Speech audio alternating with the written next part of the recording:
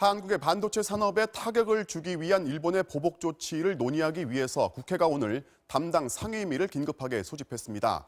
일본 정부의 자가당착을 규탄하는 결의안을 추진하기로 했는데 이미 예견된 보복 조치를 우리 정부가 미흡하게 대처했다는 지적도 잇따랐습니다. 김지경 기자가 보도합니다. 국회 외교통일위원회 소속 여야 의원들은 한 목소리로 일본의 무역 보복 조치를 비판했습니다. 명백하게 국제협정을 어긴 거라며 규탄 결의안을 채택하자는 제안이 나왔습니다. 수출 제한 조치를 즉각 해제하는 내용의 결의안을 저희 외통위 차원에서 제안 채택해 줄 것을 요청드린 바입니다. 우리 정부의 대처가 미흡했다는 비판도 잇따랐습니다. 일본에선 이미 지난해부터 경제 보복 얘기가 나왔는데 제대로 대비하지 못했다는 지적이 여당에서도 나왔습니다. 작년에 11월 일본의 아소다로 부총리가 우리 반드시 경제 보복한다.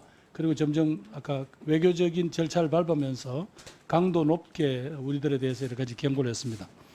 한국당 김무성 의원은 현 정부가 지난 정부의 위안부 합의를 뒤집은 게 문제라며 박근혜 정부를 노골적으로 두둔했습니다.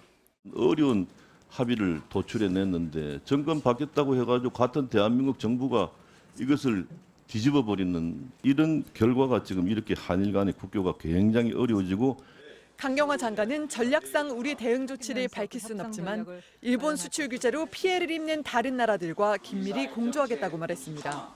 TF를 통해서 상황을 수시로 점검하고 있었습니다. 특히 산자부에서는 업계와 협의를 하면서 여러 가지 그 시나리오에 따른 대응 방안을 강구를 하고 있었습니다. 청와대는 일본이 제재할 수 있는 품목 리스트를 준비하고 있었는데 가장 아픈 세 가지를 일본이 들고 나왔다면서 예상했던 만큼 치밀하게 대응하겠다고 밝혔습니다. MBC 뉴스 김지경입니다.